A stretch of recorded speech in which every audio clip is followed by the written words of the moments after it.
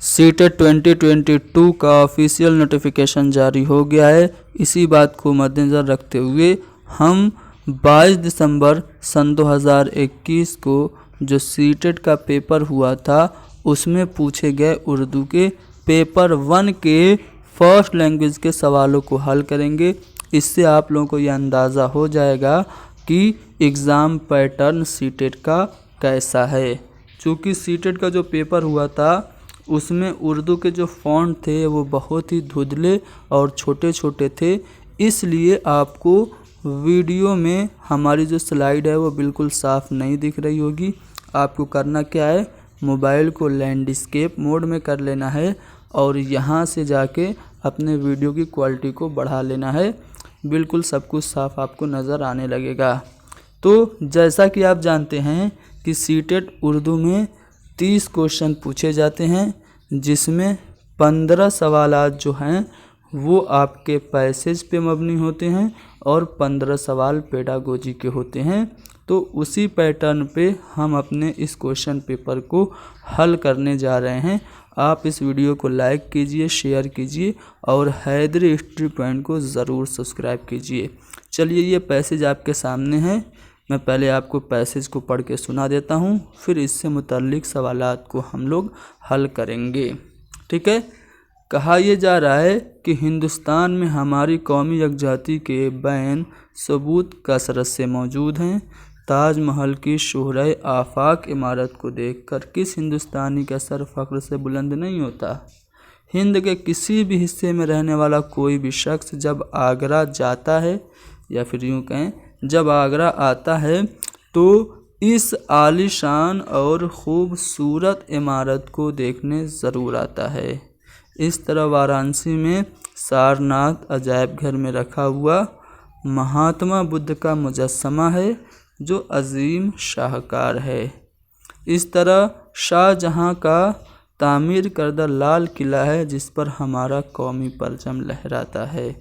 ऐसी कदीम इमारतों को देखकर लोग उनकी खूबसूरती से लुत्फ़ अंदोज़ होते हैं और क़ल्बी सुकून पाते हैं। हिंदुस्तान की हर आवाज़ और हिंदुस्तान के लोगों के दिलों की धड़कन पुकार पुकार कर ऐलान करती है कि हम सब एक ही तो हैं। चाहे हिंदू, मुसलमान, सिख, ईसाई, सब भाई भाई हैं, सब हिंदुस्तान के एक ही तो हैं। चलिए, अब इससे रिलेटेड पहला सवाल आपके सामने है। पूछा ये जा रहा है कि इमारत की जमा क्या होगी, तो इमारत की जमा इमारतें होंगी। ठीक है। अगर अरबी जमा पूछता तो इस तरह से इमारात आपका दिया होता, लेकिन ये ऑप्शन में नहीं है, इसलिए हम इमारतें पहले वाले को सही मानेंगे। अगला सवाल है कि कल्बी सुकून के क्या मानी हैं। तो कल्ब के माने होते हैं आपके दिल के, तो आपको देखना है कि दिल ऑप्शन में कौन से वाले हैं।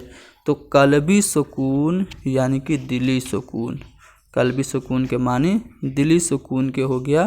थर्ड वाला ऑप्शन बिल्कुल सही है। अगला सवाल है कि हमारा कौमी परचम कौन से किले पे लहराता है। तो आपको यहाँ पे साफ साफ लिखा हुआ दिख रहा होगा कि लाल किला है जिस पर हमारा कौमी परचम लहराता है। तो हमारा कौमी परचम लाल किले पर लहराता है, यानी कि फर्स्ट वाला ऑप्शन सही है। आगे बढ़ते हैं और देखते हैं अगले सवाल में क्या पूछा जा रहा है। कहा जा रहा है कि हिंदुस्तान के लोग जब आगरा जाते हैं तो कौन सी खूबसूरत इमारत को देखने ज़रूर जाते हैं। तो आगरा में कौन सी खूबसूरत इमारत है, ताजमहल है जो कि शाहजहाँ ने बनवाया था। तो कोई भी लोग, यहाँ तक कि इंडिया से बाहर के भी लोग, फॉरेनर भी जब इंडिया आते हैं तो ताजमहल को देखने की ख्वाहिश ज़रूर करते हैं। आगे बढ़ते हैं और क्वेश्चन नंबर 5 देखते हैं क्या इसमें पूछा जा रहा है। कहा जा रहा है कि हिंदुस्तान के लोगों के दिलों की धड़कन क्या ऐलान करती है।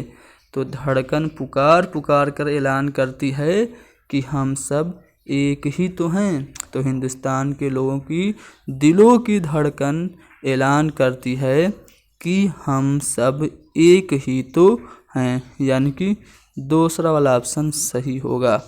आगे बढ़ते हैं और अगले सवाल को देखते हैं। इसमें ये पूछा जा रहा है कि हिंदुस्तान में किसके बैन सबूत कसरत से मौजूद हैं।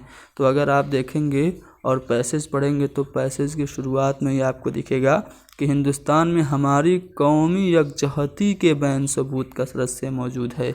तो हिंदुस्तान में किसके बैन कसरत से सबूत मौजूद हैं? तो हमारी कौमी यकजहती के, यानी कि पहला वाला ऑप्शन सही होगा। आगे बढ़ते हैं और अगले सवाल को देखते हैं। आलीशान में शान क्या है? तो शान जो है वो लाहेका है। किसी भी लफ्ज़ के बाद में अगर कोई लफ्ज़ का टुकड़ा जुड़ जाता है तो उसको हम लाहेका कहते हैं। जैसे आली है, उसके बाद में शान लगा दिया गया तो ये शान क्या होगा? ये आपका लाहेका होगा, यानी कि दूसरा वाला ऑप्शन बिल्कुल करेक्ट होगा। आगे बढ़ते हैं। महात्मा बुद्ध का मुजस्समा जो है किस अजायब घर में रखा गया है? तो वाराणसी में सारनाथ का जो अजायब घर है वहाँ पे महात्मा बुद्ध का मुजस्समा रखा गया है। कदीम इमारतों को देखकर लोगों के दिलों पे क्या असर पड़ता है? उनकी खूबसूरती से लुत्फ़अंदोज़ होते हैं और उनको कल्बी सुकून मिलता है। यही बात आपको यहाँ पे दिख जाएगा, ठीक है। यहाँ पे आप देख सकते हैं ऐसे कदीम इमारतों को देखकर लोग उनकी खूबसूरती से लुत्फ़अंदोज़ होते हैं और कल्बी सुकून पाते हैं। तो इसलिए हमारा जो जवाब होगा वो यही होगा कि कदीम इमारतों को देखकर लोगों के दिलों पे असर ये पड़ता है कि उनकी खूबसूरती से वो लुत्फ़अंदोज़ होते हैं और कल्बी सुकून पाते हैं। तो यहाँ पे फर्स्ट वाला ऑप्शन करेक्ट है। आगे बढ़ते हैं और देखते हैं अगला पैसेज जो कि शेरी हिस्सा है, ठीक है। हम इसको भी पढ़ लेते हैं और फिर इससे रिलेटेड सवालों को भी हल करेंगे। कहा जा रहा है कि सूरज के दम कदम से कायम जहाँ है सारा, है इसकी रोशनी से दिलकश हर एक नज़ारा। सूरज अगर न होता कुछ भी यहाँ न होता, सब्ज़े का फूल फल का नामो निशान होता। सूरज की रोशनी से हर चीज़ खुशनुमा है, गो वक्त का है खालिक पाबंद वक्त का है। दिलकश है चाँद कितना हर एक को लुभाने वाला, हंस हंस कर आसमां से दिल को लुभाने वाला। वो दिल फरेब तारे रोशन है रात जिनसे, शर्मिंदा जिनसे मोती हीरे हैं मात जिनसे, ठीक है। तो ये जो है आपका शेरी मजमुआ है, ठीक है, शेरी हिस्सा है। अब इसको हम पढ़ने के बाद इससे रिलेटेड क्वेश्चंस को हल करेंगे। आसमान का मुतज़ाद पूछा जा रहा है, तो आसमान का उल्टा क्या होगा? ज़मीन होगा, ठीक है। आसमान को अर्श भी कहते हैं। अगर अर्श का उल्टा आपको पूछे तो आप बताएंगे फर्श, ठीक है। लेकिन आसमान का मुतज़ाद यहाँ पे ज़मीन होगा, जो कि पहला वाला ऑप्शन है। अगला सवाल ये है कि शायर के नज़दीक कौन हंस हंस के दिल लुभा रहा है? तो अगर आप देखेंगे तो यहाँ पे आपको दिखेगा कि हंस हंस के आसमां से दिल को लुभाने वाला। पूरा शेर पढ़िए यहाँ से कि दिलकश है चाँद कितना हर एक को लुभाने वाला। तो जो चाँद है ये हंस हंस के हर एक के दिल को लुभा रहा है। तो शायर के नज़दीक चाँद हंस हंस के दिल को लुभा रहा है। चौथा वाला ऑप्शन सही होगा। अगला सवाल ये है कि तारों का नज़ारा कैसा दिखाई देता है? तो अगर आप देखेंगे तो सीधे सीधे यहाँ पे आपको दिख रहा होगा, ठीक है। यहाँ पे आपको जब आपने पढ़ा होगा तो यहाँ पे आपको दिखा होगा, देखिए, वो दिल फरेब तारे रोशन है रात जिनसे, शर्मिंदा जिनसे मोती हीरे हैं मात जिनसे। तो तारों का नज़ारा कैसा है? दिल फरेब है, ठीक है। तो यहाँ पे दिल फरेब देखें कौन सा वाला ऑप्शन है? तीसरा वाला ऑप्शन है, जो कि हमारा सही है। आगे बढ़ेंगे देखेंगे अगले सवाल को, शायर ने सूरज को पाबंद वक्त के साथ और क्या कहा है? तो वक्त का खालिक भी शायर ने कहा है। कहाँ कहा है? चलिए मैं आपको दिखाता हूँ। यहाँ पे है गो वक्त का है खालिक, पाबंद वक्त का है। ठीक है, तो वक्त का खालिक कहा है शायर ने किसको? सूरज को। तो शायर ने सूरज को पाबंदे वक्त के साथ साथ वक्त का खालिक भी कहा है। अगला सवाल है कि शायर ने सूरज की रोशनी के नज़ारे को क्या बताया है? तो शायर ने सूरज की रोशनी के नज़ारे को दिलकश बताया है। आप देखेंगे तो यहाँ पे आपको दिखेगा कि है इसकी रोशनी से दिलकश हर एक नज़ारा। किसकी? यानी कि सूरज की। तो सूरज के दम कदम से कायम जहाँ है सारा, है इसकी रोशनी से दिलकश हर एक नज़ारा। यानी कि शायर ने सूरज की रोशनी को दिलकश बताया है, सूरज की रोशनी के नज़ारे को दिलकश बताया है। वही बात हुई। आगे बढ़ते हैं अगले सवाल पे, जिसमें ये पूछा जा रहा है कि दिलकश है चाँद कितना हर एक को डैश वाला। तो अगर आप देखेंगे तो यहाँ पे आपको सीधे सीधे पूरा शेर आपको दिख जाएगा कि दिलकश है चाँद कितना हर एक को लुभाने वाला। तो यहाँ पे क्या भरा जाना चाहिए? लुभाने भरा जाना चाहिए, और लुभाने जो है वो दूसरे वाले ऑप्शन में है। तो 15 क्वेश्चन जो थे वो पैसेज के हमने सॉल्व करा दिए। अब आगे बढ़ते हैं और देखते हैं पेडागोजी के सवालात। पेडागोजी का जो पहला सवाल है उसमें ये पूछा जा रहा है कि हिंदुस्तान की ज़बान की तालीमी पॉलिसी में संस्कृत नहीं है। अगर आपसे ये पूछा जाए कि हिंदुस्तान की ज़बान की तालीमी पॉलिसी क्या है, तो आपका जवाब होगा सेह लिसानी फार्मूला। ठीक है, लेकिन यहाँ पे आपसे पूछा गया है कि जो संस्कृत है हिंदुस्तान की ज़बान की तालीमी पॉलिसी में संस्कृत क्या नहीं है? Classical language. बिल्कुल संस्कृत क्लासिकल लैंग्वेज है, और से लिसानी फार्मूले का हिस्सा भी है संस्कृत, लेकिन संस्कृत सरकारी ज़बान नहीं है। ठीक है, तो यहाँ पे हमारा जो थर्ड वाला ऑप्शन होगा वही आंसर होगा। लेकिन चौथे वाले ऑप्शन पे देखें तो इसमें कहा जा रहा है कि एक जदीद हिंदुस्तानी ज़बान, तो सही बात है, संस्कृत जदीद हिंदुस्तानी ज़बान भी नहीं है।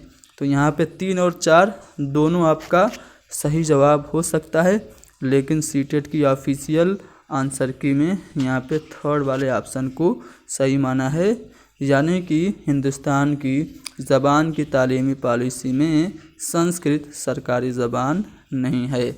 आगे बढ़ते हैं अगले सवाल पे। अगले सवाल में ये पूछा जा रहा है कि इब्तदाई मुताले की दरसी किताबों में, यानी कि जो प्राइमरी लेवल की टेक्स्ट बुक होती हैं उनमें ज़्यादातर असबाग, ज़्यादातर जो लेसन्स होते हैं जो एक वक्त में वाहिद आवाज़ पर मबनी होते हैं। प्राइमरी लेवल के बुक के जो लेसन्स होते हैं ज़्यादातर एक वक्त में एक ही आवाज़ पर बेस्ड होते हैं। तो इस तरह के जो टॉपिक हैं वो क्या हैं? हेल्पफुल हैं, मुआविन हैं, मददगार हैं, क्योंकि बच्चे एक वक्त में एक मखसूस पहलू पर ही तवज्जो देते हैं। क्या प्राइमरी के बच्चे एक वक्त में एक ही पर्टिकुलर टॉपिक पे ही अपना ध्यान लगा पाते हैं? ये बात सही है? या फिर ये जो असबाक हैं जो कि एक आवाज़ पर मबनी होते हैं ये गैर मुआविन हैं, यानी कि हेल्पफुल नहीं है, ये मददगार नहीं है, क्योंकि महदूद तवज्जो अक्सर गैर मंतकी जुमलों का सबब बन जाती है। तीसरा है मुआविन है, मददगार है, क्योंकि वो पढ़ने के लिए यक खती और दर्जा बंदी को अपनाते हैं। चौथा है गैर मुआविन, क्योंकि वह निसाब के बोझ में इजाफा करते हैं। तो इब्तिदाई मुताले की जो दरसी किताब होते हैं उनमें जो लेसन्स होते हैं, असबाक होते हैं, वो एक वक्त में वाहिद आवाज़ पर मबनी होते हैं। तो ऐसे जो टॉपिक हैं ये बच्चों के लिए क्या हैं? मुआविन है, मददगार हैं, बेनिफिशियल हैं, हेल्पफुल हैं। क्योंकि बच्चे एक वक्त में, अब छोटे बच्चे हैं, इब्तिदाई तालीम के बच्चे हैं, इब्तिदाई मुतालिया कर रहे हैं, तो आप उनको एक ही वक्त में कई टॉपिक पे सोचने के लिए मजबूर नहीं कर सकते। अभी छोटे बच्चे हैं ना, तो वो एक वक्त में एक मखसूस पहलू पे ही तवज्जो देते हैं। तो इसलिए फर्स्ट वाला ऑप्शन हमारा सही जवाब है। पोर्टफोलियो यकजा करने के 3 मराहिल क्या हैं? पोर्टफोलियो से रिलेटेड क्लास मैंने यूट्यूब पे अपलोड की ऑलरेडी, ठीक है, और आगे डिटेल से पढ़ाया भी जाएगा जब सिलेबस वाइज कंप्लीट आपको नोट्स दस्तयाब करा के जब यूट्यूब पे रेगुलर क्लासेस ली जाएंगी तो वहाँ पे आपको पोर्टफोलियो के बारे में बताया जाएगा। पोर्टफोलियो तैयार करने के 3 मराहिल। सबसे पहले आपका जो होगा वो यकजा करना होगा, यानी कि जो पोर्टफोलियो के जो पार्ट्स हैं, जो स्टूडेंट्स की लाइफ से रिलेटेड जो इम्पोर्टेंट चीज़ें हैं उनको इकट्ठा करना, उनको मुंतखब करना और गौर करना। तो यहाँ पे हमारा दूसरा वाला ऑप्शन सही होगा, यानी पोर्टफोलियो तैयार करने के 3 मराहिल। यकजा करना यानी कलेक्ट करना, चूज़ करना, फिर उस पर थिंकिंग करना। दूसरा वाला ऑप्शन सही है। अगला सवाल यह है कि बच्चों को लिखने की तदरीस के दौरान दर्ज झेल में से कौन सबसे ज़्यादा मौजू है? आप बच्चे को राइटिंग की टीचिंग दे रहे हैं, लिखना सिखा रहे हैं, तो इन चारों में किस चीज़ पे आप सबसे ज़्यादा ध्यान देंगे? इन चारों में कौन सी ऐसी चीज़ें जो सबसे ज़्यादा मुनासिब है? पहला है कि बच्चों से कहा जाए कि वो उस ज़बान के हरूफ तहज्जी लिखें। आप बच्चों को लिखने की तदरीस देंगे, लिखने की टीचिंग कराएंगे, तो उसमें बच्चों से अल्फ़ाबेट लिखवाएंगे या फिर लिखावट को बेहतर बनाने के लिए, यानी कि जो हैंड राइटिंग है बच्चे की उसको बेहतर बनाने के लिए एक ही जुमले को, एक ही सेंटेंस को बार बार आप लिखने के लिए कहेंगे, या फिर उन्हें अपने ख़यालात और नज़रियात को, यानी कि बच्चों को उनके खुद के आइडियाज़ और व्यूज़ को कलमबंद करने का, लिखने का मौका फराहम करेंगे, या फिर उन्हें याद करने यानी कि मेमोराइज़ करने, कंठस्थ करने और मखसूस मौजू पर किसी पर्टिकुलर टॉपिक पर लिखने के लिए कहेंगे। इनमें से चारों में से आप कौन सा तरीका अपनाएंगे लिखने की तदरीस के दौरान?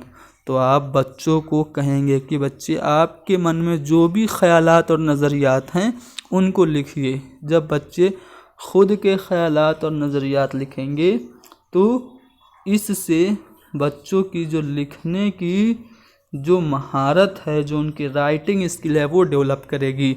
इसलिए तीसरा वाला ऑप्शन हमारा बिल्कुल सही है।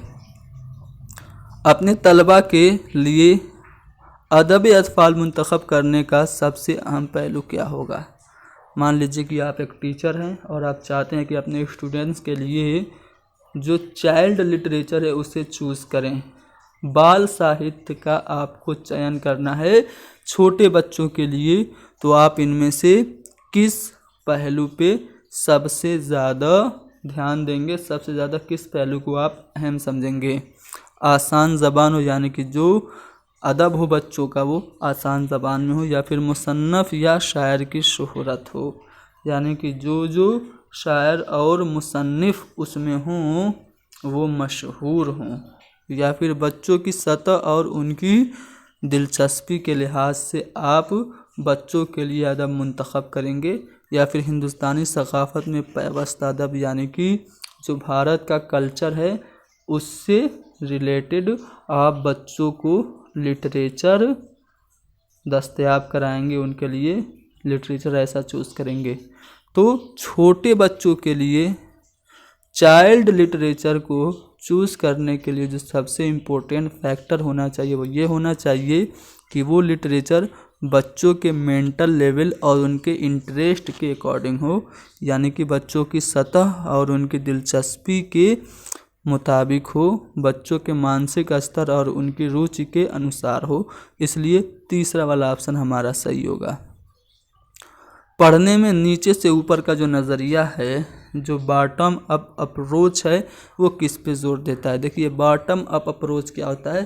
पहले सबसे छोटा, फिर उससे बड़ा, फिर उससे बड़ा, फिर सबसे बड़ा। तो आप देखिए कि पहले पॉइंट में शुरू में जो हो वो कोई सबसे छोटी चीज़ हो, तो हर्फ सबसे छोटा होता है, उसके बाद हर्फ के बाद रुकन आता है और फिर लफ्ज़ आता है और फिर लफ्ज़ से जुमला बनता है। तो सबसे छोटे से सबसे बड़े की ओर हम जा रहे हैं, यानी कि बॉटम अप अप्रोच हम लोग यहाँ पे अप्लाई कर रहे हैं, इसलिए हमारा जो सेकंड वाला ऑप्शन है वो करेक्ट है।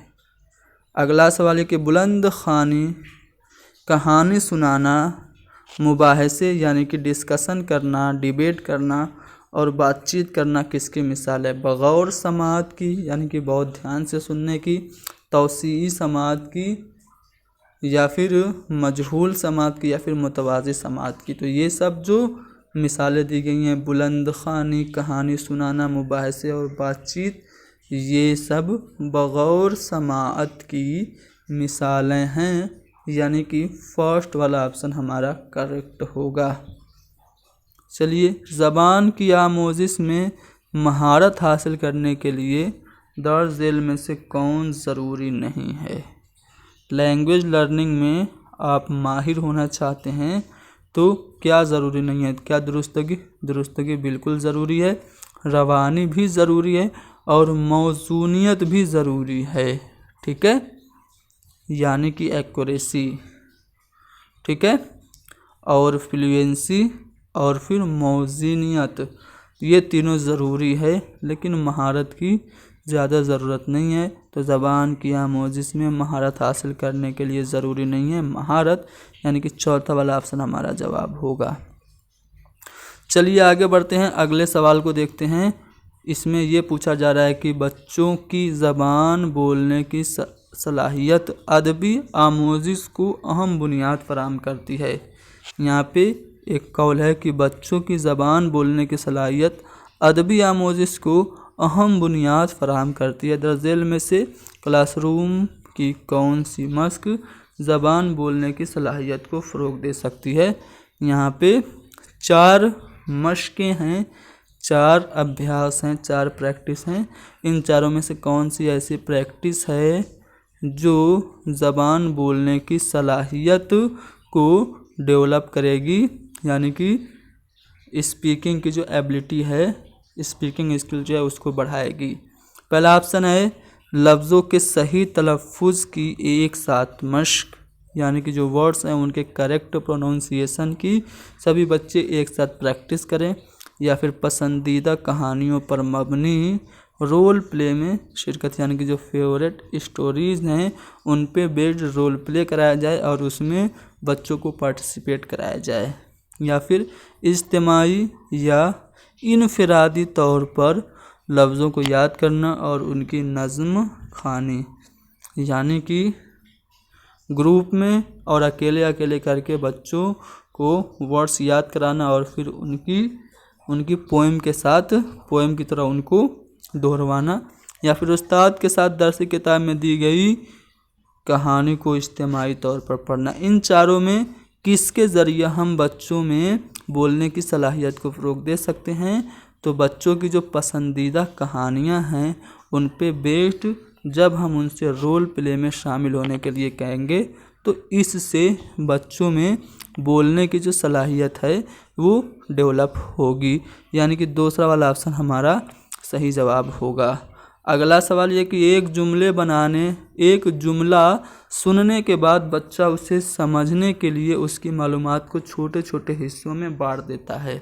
ठीक है, तो ये क्या है? मान लीजिए मैंने एक सेंटेंस बोला कि सीटेट की तैयारी हैदरी स्टडी पॉइंट से करनी चाहिए, ये मैंने एक सेंटेंस बोला। अब छोटा बच्चा है, वो इसको समझने के लिए पहले सीटेट को अलग करता है, फिर की तैयारी हैदरी स्टडी पॉइंट से करनी चाहिए, अलग अलग इस जुमले के पार्ट्स को अलग अलग करके वो इसको समझने की कोशिश कर रहा है। तो इसको आप क्या कहेंगे? नीचे से ऊपर का अमल यानी कि बॉटम अप प्रोसेस, या फिर ऊपर से नीचे का अमल यानी कि टॉप डाउन प्रोसेस, या फिर इस्तिक़राई यानी कि इंडक्टिव मेथड, या फिर इस्तिखराजी यानी कि डिडक्टिव मेथड। देखिए, एक सेंटेंस है, उसको पार्ट में पहले छोटा, फिर उस छोटे पार्ट को मिला के और बड़ा, फिर बड़ा, सबसे बड़ा, इस तरह से किया जा रहा है। तो यहाँ पे जो बच्चा प्रोसेस अपना रहा है उस प्रोसेस को हम बॉटम अप प्रोसेस कहेंगे। जब एक जुमला सुनने के बाद बच्चा उसे समझने के लिए छोटे छोटे हिस्सों में बांट देता है तो ये कहलाता है नीचे से ऊपर का अमल, यानी कि पहला वाला ऑप्शन हमारा सही जवाब होगा। चलिए दफ़ा 350A यानी आर्टिकल 350A की बात हो रही है, जो कि 7th अमेंडमेंट एक्ट 1956 में आया था। इसके मुताबिक लिसानी अक़लियतों के बच्चों को मुनासिब सहूलियत फराहम करनी चाहिए। दफ़ा 350A के मुताबिक जो लैंग्वेज माइनॉरिटीज़ के स्टूडेंट्स हैं उनको इनमें से कौन सी सहूलियात को फराहम करना चाहिए, कौन सी फैसिलिटीज़ प्रोवाइड करानी चाहिए। पहला उनकी आबादी में स्कूल हो, दूसरा है बुनियादी सतह पर मिड डे मील, जो बच्चों को खाना मुफ्त में दिया जाता है उसकी वो हो सहूलियत दी जाए मिड डे मील की, या फिर बुनियादी सतह पर मादरी ज़बान में तालीम दी जाए, या फिर बुनियादी सतह पर खिलौने और दूसरे आमूज़ी मवाद फराहम किए जाए। तो दफ़ा 350A के मुताबिक लिसानी अक़लियतों के बच्चों को क्या करना चाहिए, बुनियादी सतह पर मादरी ज़बान में तालीम हासिल करने की सहूलियात फराहम करनी चाहिए। यानी कि जो लैंग्वेज माइनॉरिटीज़ के स्टूडेंट्स हैं उनको प्राइमरी लेवल पे उनकी मदर टंग में तालीम देना है, ऐसा हमारे कॉन्स्टिट्यूशन के आर्टिकल 350A में कहा गया है। यानी कि इस क्वेश्चन का जो आंसर होगा वो थर्ड ऑप्शन होगा। अगला सवाल ये कि दर्ज झेल में से किसका इस्तेमाल बोलने की महारत के अंदाज़ा कद्र में नहीं होता।